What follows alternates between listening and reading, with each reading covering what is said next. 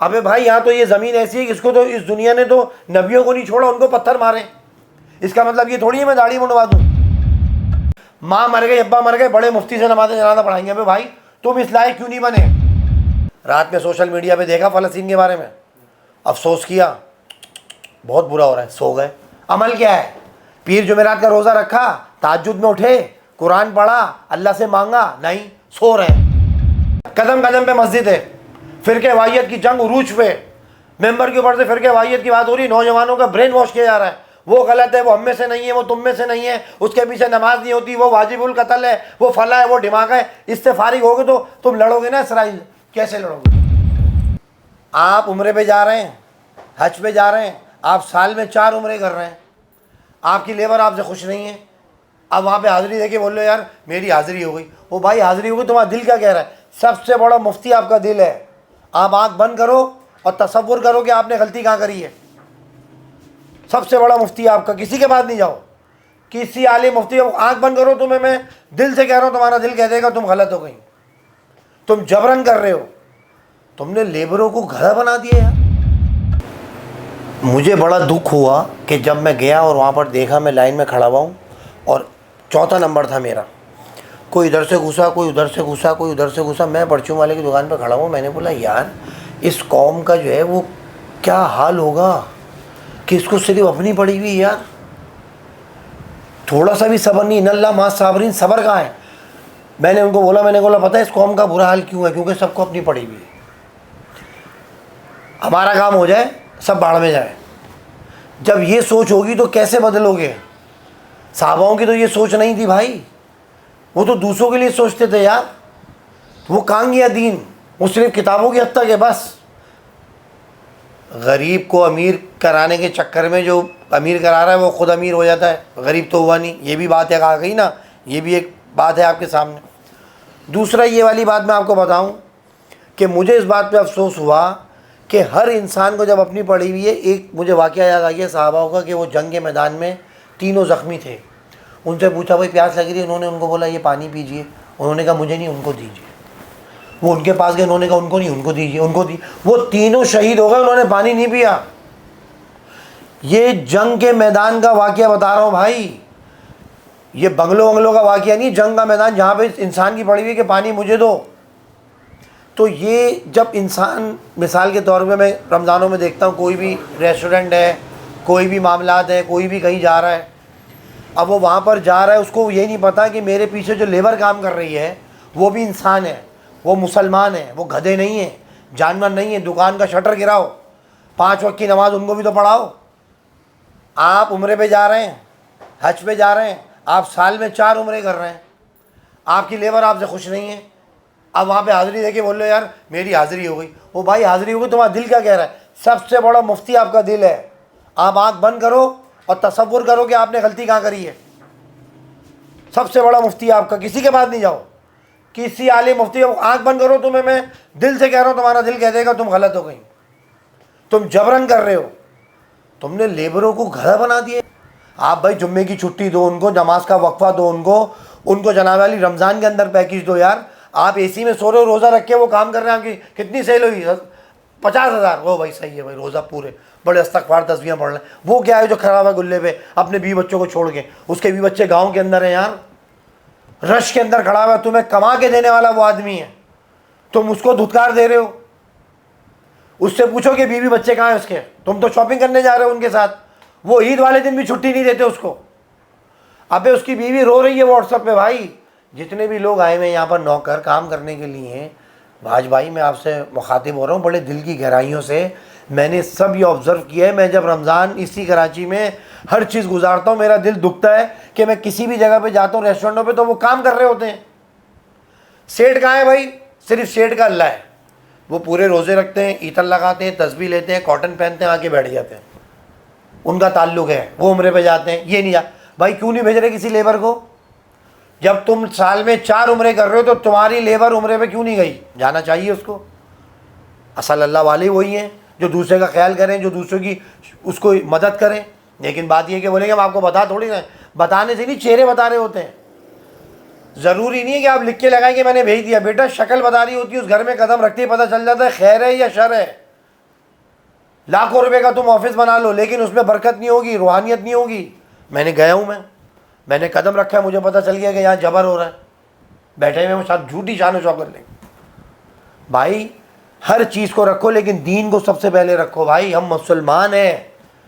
मस्जिदों का हाल तो देखो, फ़लस्तीन के ऊपर बात कर रहे हैं, मस्जिदों में सफ़े नहीं है।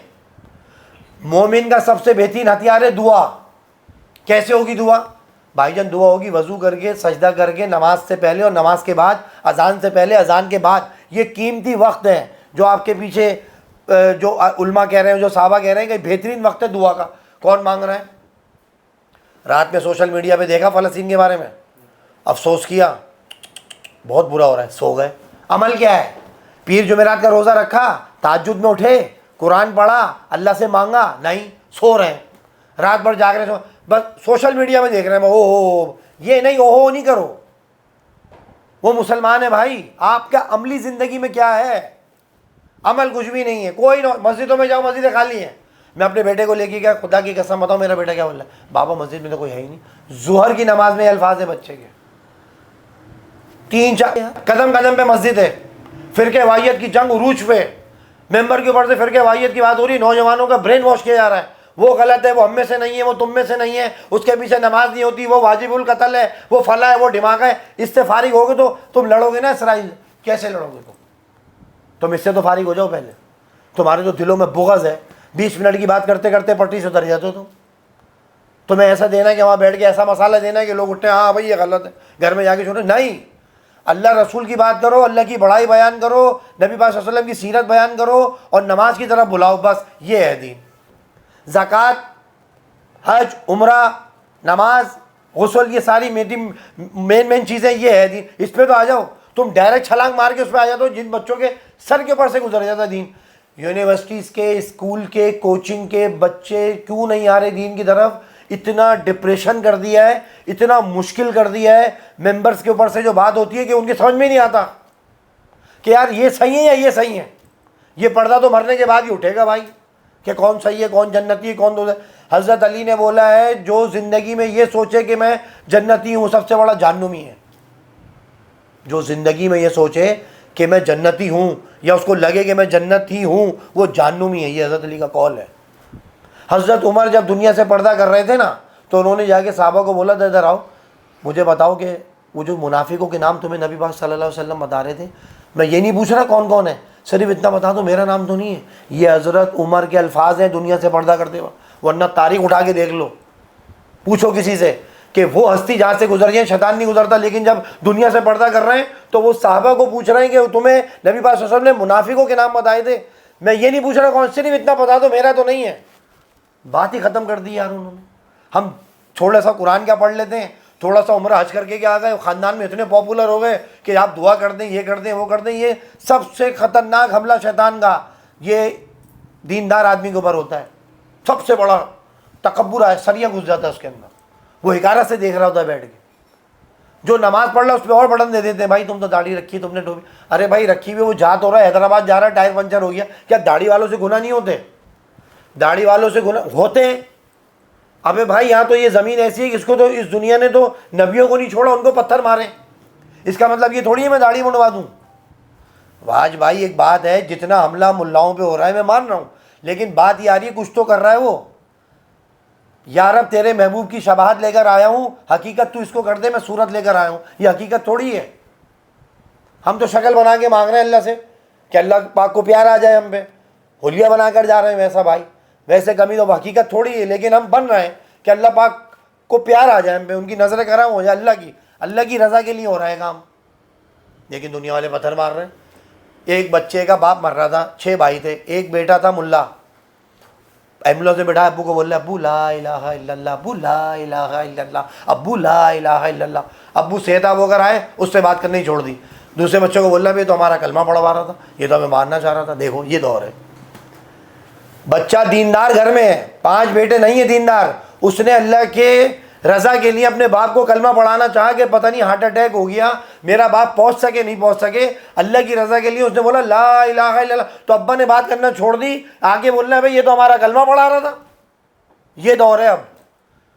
अब जो बोलेगा वही कुंडी खोलेगा भाई। इमाम साहब आगे खड़े होते हैं मुसल्ले पे तो आदमी बोलता है टोपी भी हो इनकी, कपड़े भी हो इनके, इतर भी ये लगाएंगे, हम भले चड्डे में पहने या हम चेक की शर्ट में पहने, हाफ स्लीव में पहने या टोपी लगाएं ना लगाएं, वो हमारा काम नहीं, क्योंकि ये पैसे ले रहे हैं नमाज़ पढ़ाने के। ये प्रॉपर होने चाहिए, वक्त पे आना चाहिए इनको, क्योंकि ये पैसे ले रहे हैं। घड़ियाँ देखना शुरू कर देते हैं। अबे वो इमाम है, इंसान है, वो उसका भी वजू टूटता है भाई, वो मशीन का नहीं बना हुआ, उसको भी देर हो सकती है, उसके साथ भी मसाइल हैं।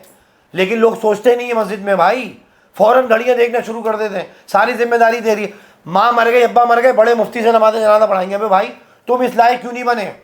तुमने खुद क्यों नहीं सोचा कि मैं गुस्ल दूंगा या मैं नमाज जनाजा अपने बाप का पढ़ाऊंगा? क्यों मुफ्तियों के पीछे भाग रहे हो? क्या तुम्हारे घर में कुरान नहीं?